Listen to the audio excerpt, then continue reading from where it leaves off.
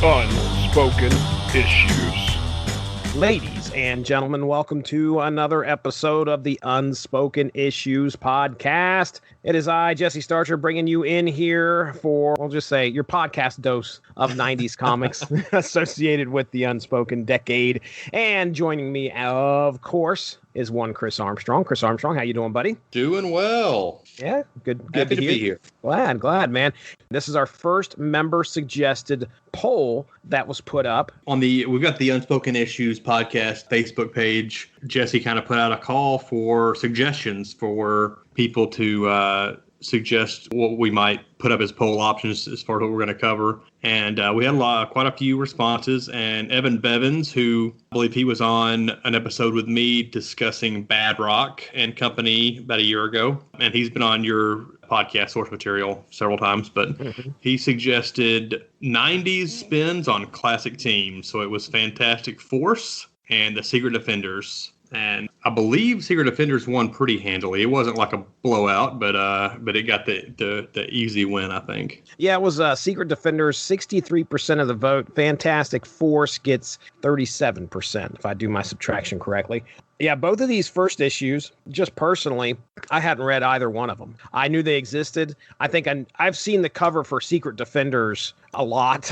I think and long boxes galore at comic shops everywhere. That's probably why. Fantastic Force, though, I can't say that I've ever, at least as far as I know, I don't think I've come across any of that, which surprises me because Go ahead. I was going to say, I think Fantastic Force came along a little later, maybe after the bubble had kind of burst, so there probably aren't as many copies. Like Secret Defenders came out in the midst of Marvel and DC and Image just shoving out as much product as possible every month. Yeah, they were ramping things up, dude. Yeah, but I think by the time Fantastic Force rolled around, plans were probably already in place before kind of the bubble burst, but by the time it came out, I think it had already slowed down quite a bit. So you probably don't see as many of those as you would like Secret Defenders. Fantastic Force #1. Yeah, well, this is about a year and a half, I would say, afterwards. So That's a long time when you're talking comic books. So the 90s were getting going, just like you said. This was Mike's Amazing World of Comics has Secret Defenders #1 coming out January 12th, 1993. Yeah, that's when it hits shelves. Fantastic Force hits shelves September 6th, 1994. So like I said, we're talking probably a year and a half after this. So yeah, Fantastic Force also hitting stands about 6 months after I was out of the loop on comics, because it was early 94 whenever I kind of got out of it for about a year and a half. So I've never read any Fantastic Force. I was going to try and read that issue before we recorded. I just didn't have time, but I've never read Fantastic Force. Neither have I. So let's get down the stats here for Secret Defenders #1. You look at that issue, you see a $2.50 price tag. Most likely it's because of that beautiful cover.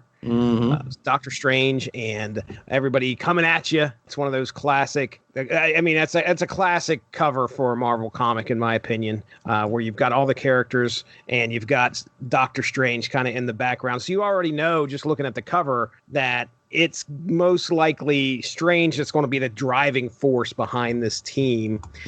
The story is called A Gathering of Heroes. We have Roy Thomas as writer, penciler Andre Coates, inker Donald Hudson, lettered by Clem Robbins, and colored by John Kalas. So I guess Secret Defenders is that one that you picked up off the shelf. I don't remember. I probably did because Darkhawk was involved. Yeah, buddy, that's your boy. Although, as we'll get into, this is kind of a team book with a rotating cast. So I think Darkhawk only appears in the first 3 issues. I don't remember if I had it or not. I probably did. My memories of actually reading it are actually from like 5 years ago when I did like a Darkhawk reread. Okay. And I was trying to read everything he appeared in. And I read these 3 issues at that time. In the 90s, I may not have had this. I really don't remember. I have a feeling that this might be in another one of those auction long boxes that I just picked up, and there was that first issue. Darkhawk was definitely on fire at this point.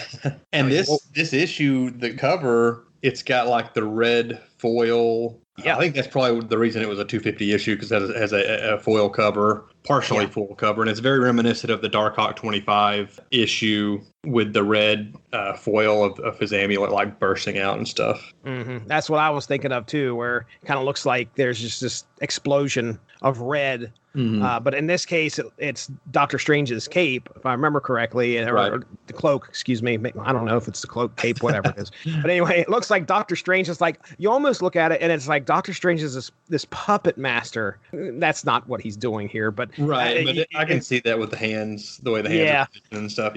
Yeah. So, okay, we already talked about Darkhawk being on the front cover of this. Why don't you let us know about the other 3 members that are going to be taking part in this issue? Leading the charge, there's Wolverine, which he was already, the most popular X-Man, one of the most popular characters in Marvel Comics. Yeah, at this point, man, in the 90s, if you looked at the top 3 hot characters of Marvel Comics at that point, he's in at least the top 3. Yeah. If not the top. Yeah, it was probably kind of a rotating between him, Spider-Man, and who else? Who would be the third? Darkhawk, obviously. Well, yeah, Darkhawk's kind of his own. He's on his own level, really. Third, man. I don't know who I would say would be of the top 3. Who else would be there?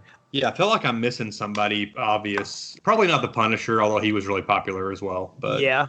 In the early 90s, I mean, he was definitely popular in the late 80s, early 90s. I mean, the mutant books were huge. Let's just go with, we'll say Sex Appeal wins and Psylocke. How's that? Okay, sure.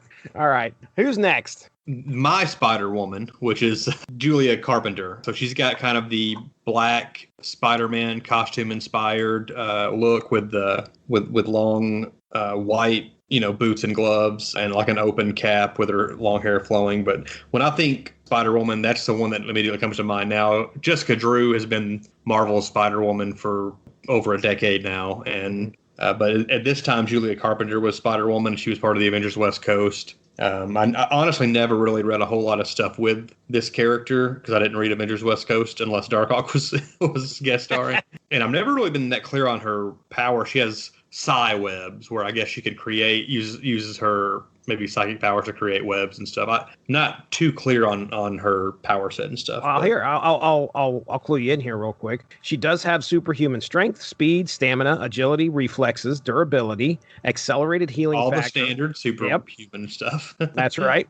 Accelerated healing factor, superhuman sense of touch, psionic powers, and underneath that they have psionic webbing. The old muddy psionic blanket power set. That's right. Psionic vibrations, which she says by casting small strands of psionic webbing into her environment, Julia can feel psychic vibrations. Now, I don't know if that's explored a whole lot at this time. I know she ends up getting involved with Madam Web or possibly becoming Madam Web at some point. Yeah, in the more recent Spider-Man comics, Madam Web has died, and I believe Julia Carpenter has taken on that role as the new Madam Web. Okay, all right. The 4th member is Jack Monroe Nomad.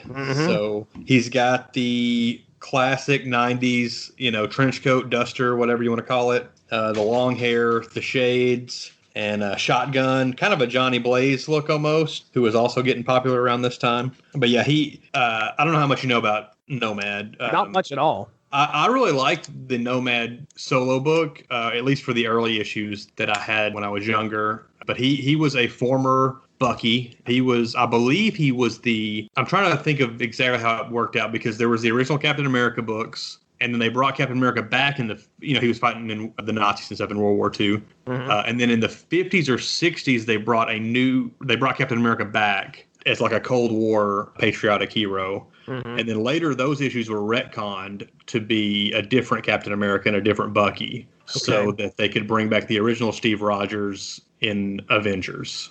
I understand. I think I read where he is the 3rd Bucky. Okay. I was thinking that Jack Monroe was the Cold War era Bucky, but maybe that's not the case. Maybe he came along even later. That's a possibility. Well, I'll tell you what. He's the former Bucky, so that's he's got ties to Captain America for that reason. just like you had said, there's going to be a rotating cast, correct? I mean, we're going to get a new team, I assume, later on in the series where Doctor Strange is going to pull some more people together. But I know if I would have seen this book, sitting on the shelves, I would have recognized. I definitely would have recognized Wolverine and Darkhawk right off the bat in the 90s. Nomad, most likely, because he was a hot character at the time as well. I remember that series. I don't know if I remember seeing ads or if I just saw books sitting on the shelf there at the comic store. But yeah, it's a different set of characters, too. I mean, Wolverine, you usually see him palling around with mutant friends, Right. Darkhawk. I've read some Darkhawk with you. He seemed more of a solo character at the time when I was reading things. I know he had his team ups every once in a while. Is he a member of West Coast Avengers? No, he's kind of like loosely affiliated with West Coast Avengers, but he basically just showed up in a few guest appearances. Okay. Is he a member of a team at all by this point in the 90s? No, he has kind of loose affiliations with the New Warriors and the Avengers West Coast, but he's not like an official member of anything until Excelsior in the Runaways era, like in the mid-2000s. Okay. And Nomad is just who that, just what that name implies. Right. He's a loner. He spends his days on a motorcycle, traveling the United States as kind of almost like a Bruce Banner or David Banner in the Hulk TV shows type character. Does he have? At least that's my memory of it. Does he have like super soldier abilities? I thought that was mentioned in the book, but I can't remember if he had. I think so, because in the Ed Brubaker Captain America run that came, that he killed Captain America in after the Civil War crossover and stuff in that era. He sort of unceremoniously kills off Jack Monroe, and he's. Oh no! It was actually a really good issue. It was like a single issue story, and it was the first appearance of Winter Soldier, I believe. But yeah, at that point, Jack Monroe had kind of had a lot of mental problems and stuff, and I think it was like a reaction to the serum that he had in his system. Yeah, it says enhanced by the super soldier serum variant. Nomad formerly possessed strength enabling him to lift 1,000 pounds. Formerly being the fact that he died in issue 3 of the 5th volume of Captain America. Yeah. So, all right. Well, before I get into it, I mean, the floor is yours, unless if you got anything you want to say before I jump into the synopsis. Nah, go for it.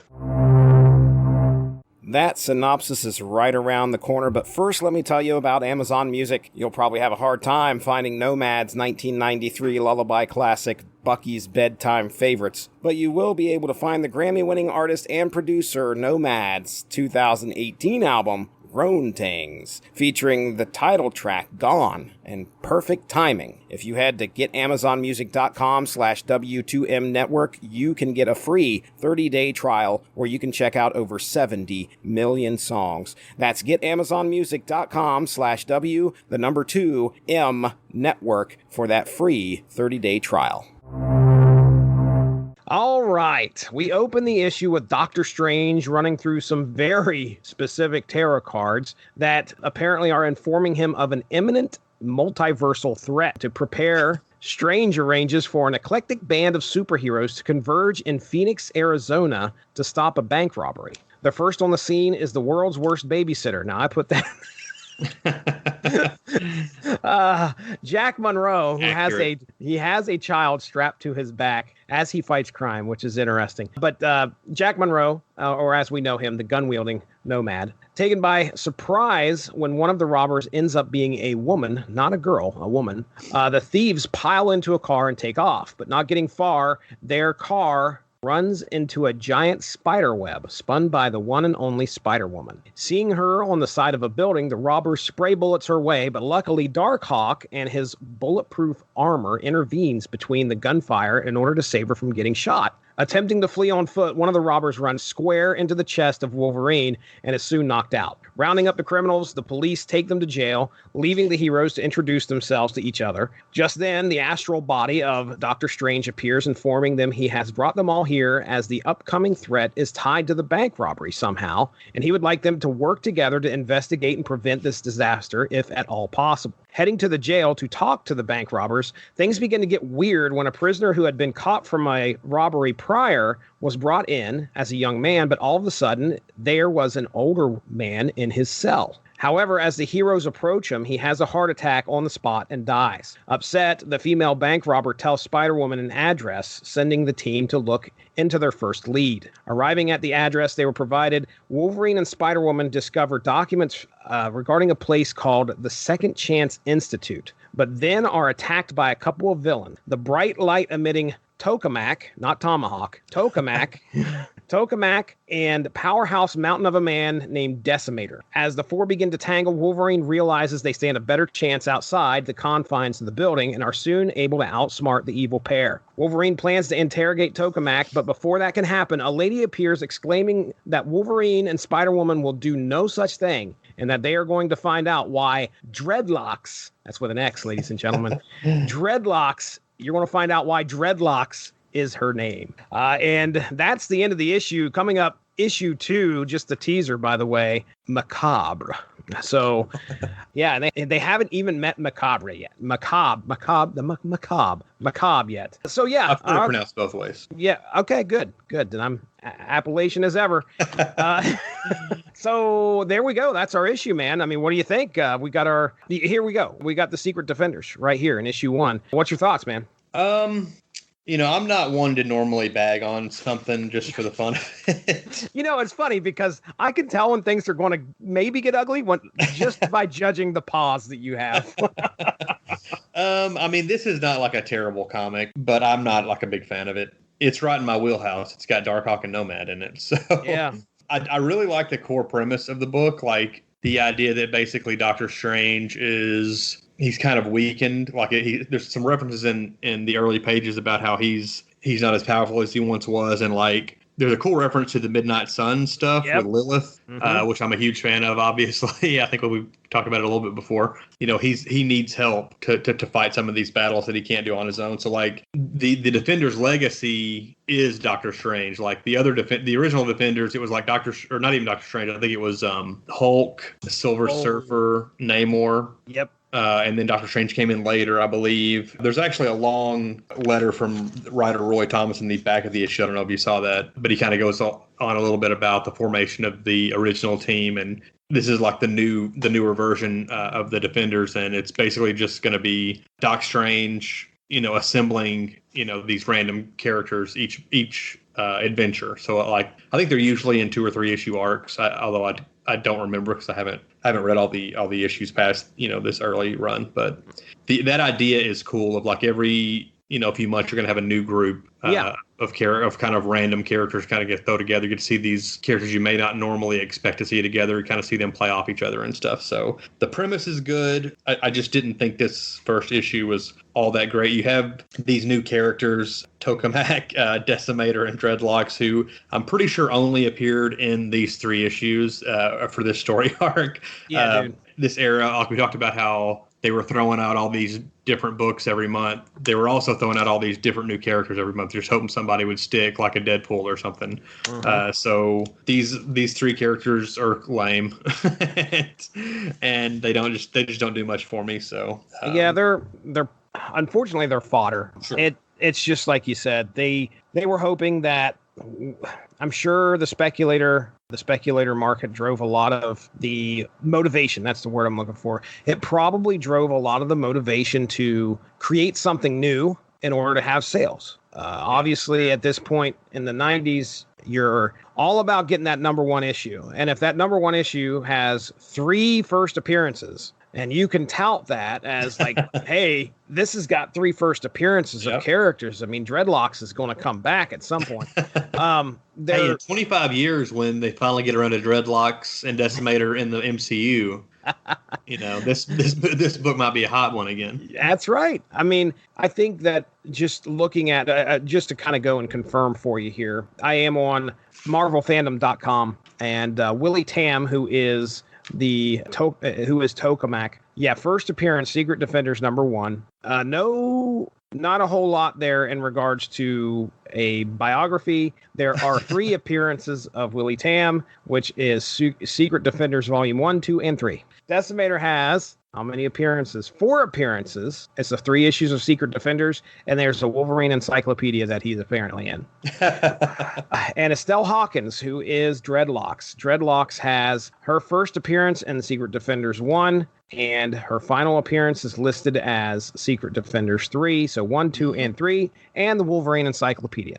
And that's it. So, yeah, I hate to see the one and done villains, but again, they look cool. Decimator. Yeah, that's not like a totally, that doesn't discount them just because they've only appeared in 3 books or whatever. There are some Darkhawk villains I like that only appeared, in a few Darkhawk comics or whatever. So yeah, just these in particular just didn't do much for me. And I'm not surprised that they didn't show up again in other stuff. Yeah, one guy has like a suit that emits bright light, and Spider-Woman's able to pretty much take care of him by just by I think wrapping him in webs, while Decimator, powerhouse of a dude, going right up against Wolverine. He's summarily bested by Wolverine, but these two are the lackeys to, I assume, Dreadlocks, or they kind of tease this Macabre guy here at the end. Macabre person. Is there a villain? Let's look this up here real quick. I believe so. I've got the following 2 issues as well. And I believe Macabre is the big bad behind these characters. I jumped into issue 2 just to see what Dreadlocks' powers are. Uh-huh. And as I thumbed through it, I didn't, read the whole issue, but it looks like she basically massages her scalp, and that's terrifying. And it causes like hallucinations. So like Wolverine and Spider-Woman have these like hallucinations that allow them to be bested, Okay. And she has like there's some pretty cool panels of her with fangs and like no pupils. Like she's almost seems more like a supernatural character, which makes sense with Doctor Strange being involved, I guess. But okay. So Macabre, is that a woman or is that a guy? It appears to be a woman, but she's on the cover of issue 3. And she has like a hood with a skull, either a skull mask or she just looks like death, the Grim Reaper style, Okay. Well, she looks cool. She definitely looks cool on that front cover. I can't tell if I assume she has purple skin. Yeah. I don't know if that's a costume or what. I don't know. Yeah, me either. Well, okay. So meat of this issue is Nomad jumping full force into somebody with a gun. Yeah. We didn't mention that Nomad, he's a solo loner type, but he also has a baby. Yeah. Is this his child? Do you know anything about this kid? See, I remember in the early issues of Nomad that I read, he had a baby with him, like that he was taken care of. I don't know where the baby came from. I believe, like I had mentioned earlier before we started recording, I picked up at a local comic shop today, I picked up the 4-issue Nomad miniseries that predates his solo book. Uh-huh. And I was thumbing through those when I got home. I think in that miniseries he finds the child and starts taking care of it. So by the time Nomad number 1 rolls around for the regular series, he already had the baby. Clearly, the Mandalorian was inspired by this character. So that's exactly Nomad what I've heard. Rolling around with a baby on his back, just jumping into gunfire with little regard for the child. They mentioned, of course, they are able to kind of, assuage our concerns when he says, "Oh, I need to talk to the Undergrounders. Maybe they could keep an eye out on this child, who's, by the way, is named Bucky." Yeah. So I was wondering, like, is he going to keep the kid around through the whole book? Like, is he going to do this for all the adventures he's on with the Secret Defenders? That was probably one of the craziest things to see. So we talked about Spider-Woman, Julia Carpenter. You said that's a Spider-Woman you're most familiar with, so am I. I remember I think I was reading some West Coast Avengers and saw her in there as well. We've talked about Darkhawk a lot on this podcast. What do you think I know that's probably the character you at least recognize and would say, okay, does he act like this? Is he actually true to form, I guess I should say? Is he actually he's not in here for very long for what he does. Yeah, but what do you think? None of them, Wolverine probably gets the most like quote unquote screen time or whatever, but none of them really have a big spotlight on him. For as far as his personality, Darkhawk is fairly close to what he would normally be in his own book, I guess. But I do have a complaint in a panel where he kind of swoops in to protect Spider-Woman, who's being shot at. I believe it's the first time he appears in the book, and he like kind of dives in front of some gunfire, and the bullets like bounce off of him. Bullets would hurt him, so Oh, really? he has the amulet in his chest. He can create like a force shield to protect himself. But like in his own book, he's vulnerable to like bullets and projectile weapons and stuff like that. Not as much as a normal person would be or whatever, but his body is not bulletproof. So that was kind of an editorial oversight, I guess, whole inconsistency. But yeah, I mean, they say he's definitely not getting hit in the. It says, I'm even gladder your armor's bulletproof," right. And he's not getting shot. You can make a argument that the costume is Kevlar or whatever you want to say, sure, but I mean, it's not like it's represented in his book. So exactly, I was going to say, like, if I was to say it was armor would be like a metal plate or something that it's bouncing off of. I was hoping that, but yeah, it looks like he's straight up getting shot in the chest and it's bouncing off.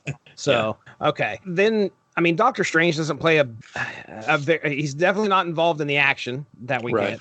He's more of a guide. Yeah, he's kind of the puppet master behind the scenes. Did you read a lot of Doctor Strange in the 90s or 80s? No, I mean, when he appeared in other books, I liked the character fine, but I don't know that I had ever bought a single Doctor Strange comic until my adult years or whatever. Okay. At this point, I've read some Doctor Strange books, but when I was a kid, I never did. Of the characters, I mean, would you say it's a pretty varied bunch of people here put together? Yeah, it's kind of a hodgepodge of different heroes. The only ones who really had a connection prior to this, I guess, would be Spider-Woman and Darkhawk. I don't think Darkhawk and Wolverine had any interactions. I don't know of Nomad and Spider-Woman ever, meeting up before this. Although I guess Nomad had kind of a longer history throughout like the 80s and stuff that I'm maybe not as familiar with. So, but it seems like these are just characters you wouldn't expect to see together for the most part. Yeah, I did get a sense. Now, it seemed obvious like Spider-Woman she wasn't the strong female character that you see nowadays. She was like, why do they need me? He's got all the muscles. And there was another. Well, actually, okay. So Darkhawk saves her. Mm-hmm. All right. So she's about to get shot. Darkhawk saves her. There is the scene at the jail. They're ripping the bars off to get to the guy that's having the heart attack because they want to try and save him. So they rip the bars off, and she's like, "Oh my goodness, these manly men. What can I do?" And then there's even another part at the very end when it's Tokamak, Tokar and Razor. That's not correct. Tokar and Razor. When Tokamak and Decimator are, they're attacking Wolverine and her, and Wolverine grabs a hold of her and jumps out the window. And I was like, is he worried about trying to save her? Luckily, it's just like he's like, okay, we're getting out of here. But she seemed very, very written like a 90s dainty one. We're not talking Secret Wars. Janet Van Dyne, like, sure. Hey, Magneto, thank you for my present. Oh my goodness, you made me a comb. Oh goodness. But anyway, I think. Or Sue Storm in the, old Fantastic Four books that our buddy Evan likes to point out sometimes how she was treated in those issues. That's right. But she seems like she's aware that she is out of her element and not as powerful as the rest of these guys. Uh-huh. I haven't read the other two issues, but I hope she gets her opportunity to shine and do some things that the guys will actually go, oh yeah, hey. She should be more of a vet compared to at least Darkhawk and maybe Nomad. That's true. That's the truth, man, because she's been around obviously for a while at this point. Yeah, for quite a while. Oh, well, okay. I mean, I don't really have much else to say. The main thing multiverse was said in this comic, and I immediately, my ears perked up, and I'm like, ooh, okay, this sounds fun. This could go a lot of places that I like. When I was younger, I didn't read a whole lot of Doctor Strange, so I know that he was the guy that fought the magical enemies and all that, but as soon as the word multiverse was touted, I was like, okay, this sounds like it's going to be a possibly good time. We don't get a whole lot in the book other than heroes come together, they get one lead, they go check it out, and they meet 3 new possible villains. Mm-hmm. And that's it. So what else anything else that you had to talk about the comic, bring up there? Any talking points? I guess not really much on the issue itself. I'm a little hard on it, I guess. I didn't love this book so much, but it is only one part of a 3-part story. So, there's it could pick up, as the story moves along. The art is not bad by any means, but it's not the flashy 90s art we often talk about on this podcast with a lot of the stuff we cover. So it's not blowing your socks off or anything. So let's take a look at Andre Coates' resume just real quick. I'll pull him up, and we'll see if he's in anything else that we recognize. You're right. I mean, it's a perfectly serviceable 90s comic. Mm-hmm. That would probably be the way that I would describe it. There's a lot more dynamism and stuff that we've seen. That can't be it. So okay, so Marvel. These 3 issues the only ones that Marvel.com. Well, actually, he stuck around. First 8 issues of Secret Defenders. Okay. According to what I'm seeing here, but I think that's it, dude. I'm just hopping over to 8 comics where Andre Coates created the cover. He penciled 9 comics, and he's got a credit for Savage Sword of Conan issue 213. But yeah, legitimately, he's just known for the Secret Defender stuff that he did. I'm looking one more place just to check. Comic Book Critics, League of Geeks. Okay, so they got him listed in a few other things here. He's listed in apparently some issues of Marvel Fanfare, Marvel Year in Review, and the Wolverine Saga. So, which the Wolverine Saga might be something that might just have panels from this book in it. I hate that he only had this one shot because there wasn't anything. Was there anything in here that took you out? No, it was fine. And I'll go ahead and give a panel or whatever of the book, which is probably a pretty easy call. The second page, the full page spread full splash page of Strange just kind of hovering and kind of looking at the tarot cards that he uses to get the characters gathered together. But that's a pretty detailed, pretty cool shot. And there are some other good panels in here too, and the storytelling is fine. You can follow it really easily and everything. So it's just not a flashy. Well, I was going to say Darkhawk is nowhere on this page, so it must be a good page.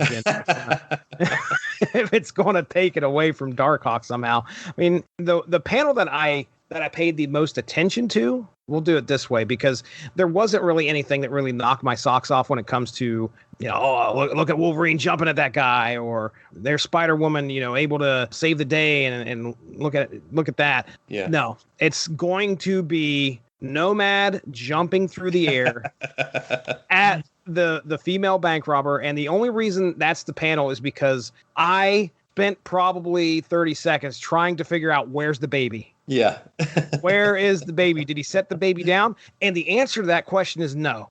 Because the very next panel is the baby is still on his back. Yep. And it's funny because maybe the baby is invulnerable. I don't know. Maybe he doesn't have to worry about the baby. We got people that listen to this show that know a lot more about 90s comics, and they will they have the forum. It was definitely a first issue. If I saw this on the shelves, I would have been enticed to probably pick it up. $250 back then, though. Yeah, that was like double, almost. Yeah, I think looking at issue 2 has a cover price of $175. Okay. So yeah, you're paying almost quite a bit more than a regular comic. There we go. That's our 2 panels. I'll get into comments here unless you have anything else. Just one more thing. Like I said, the last page is Roy Thomas has like a full page of text. Basically, it's called "Defend to the Death: Personal and Professional Ramblings" by Roy Thomas, and he kind of talks about the history of the Defenders book and franchise, sort of. And he mentions, or the setup of this series is going to be different characters in each arc. Yeah, he talks about how coordinating who's going to be in each book with other editors, like, hey, can we use Wolverine? Well, no, because his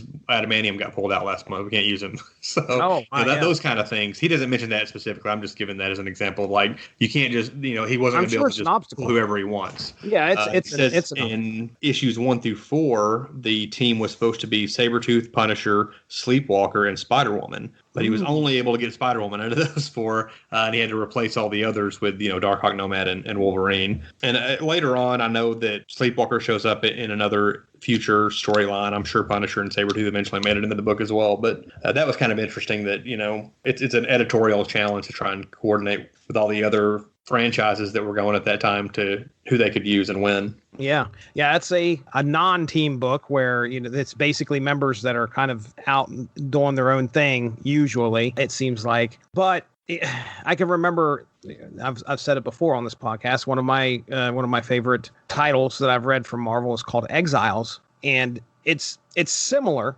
where the members that they're pulling and putting together were all from different realities, usually. So they were pulling, Sabretooth and his buddy, whatever his little guy name. I can't remember the little guy's name now. All this, War Child or Wild Child. Wild Child. There you go. Yeah, and then they were pulling Blink, and they were doing. So they were putting together a team of people that didn't really know each other to go on missions, and that's kind of the feeling, obviously, that we kind of get here. Roy Thomas is not someone that's. He's not a newbie, that's for sure. Right. This guy's been around for a while. The series goes on for, I think, 25 issues, I think is what I saw. That's a good, solid 2-year run for sure. Okay. So comment-wise, Evan Bevins definitely wanted to let us know a few things about his choice here when he... And thanks, Evan, for suggesting this. We appreciate it. We're hoping to get around to everybody. So just be aware, if you suggested a poll, most likely at some point you're going to see it on there. We're going to put it up. I know we've already done another one as well for it's one of Matt Cooper's choices, and I think Dean got in on that as well. But either way, Evan popped in and he said Secret Defenders was such a great concept, although I think the basic concept got revamped multiple times in the run. It started out at least as Doctor Strange drawing a team from what were apparently Marvel licensed tarot cards. They do look exactly. Yeah, they're the Marvel licensed tarot cards. The first lineup was nicely eclectic, but my favorite was the second, with Strange, the Punisher, Namorita, and a reluctant Sleepwalker teaming up to take on the villain Roadkill. Nice. Now, so John Ellis chimes in and he says, what was even Devler's deal? Beyond being the monster hero counterpart for Ben, I recall DeFalco made very vague hints that he had a destiny of some kind. So, all right. Right there, I assume Devlor. Have you ever heard this name? I assume he's going to be a villain that pops up later in the series, or are we going to have to look this up right now? I believe they're referencing Fantastic Force. Oh, okay. All right. Which I'm unfamiliar with for the most part. Yeah, we are. I'm just hopping into Devlor here. Devlor was first appeared Fantastic Four, number 391, August of 1994. So that would make sense because it was shortly thereafter that the first Fantastic Force dropped on the shelves as well. And yeah, he's a beastly looking guy. So he looks like that dude from the cover of Fantastic Force. Anyway, Evan Bevins replies and says, I only read the first issue, but it's another title I'm going to start collecting out of bargain bins. It's just so weird to see Marvel try to make the FF edgier, although totally on brand for a lot of 90s stuff, which he loves. So there's our comments for the Unspoken Issues poll between the Secret Defenders and Fantastic Force issues 1. I don't have really much anything else to say here. I mean, we picked our panel. We talked about the book. You have the floor if there's any burning desires before we get into plugs. More often than not, I'm a big fan of whatever books we tend to cover here. Yeah. But yeah, this one's not a great issue, but I always like to couch that with like, it, I'm sure there's a lot of fans of this book who liked it, whatever. So I don't want to bag on it too much. I just didn't think it was a great first issue, and it's not one that I would be rushing to get a full run of. Yeah, But if people like it, that's fine. Yeah, and I'm sure that it was probably tough, just like you said. Number one, you got the editorial obstacles that you got to adjust to. Mm-hmm. Number two, you got 4 characters. Like we were talking about Nightwing.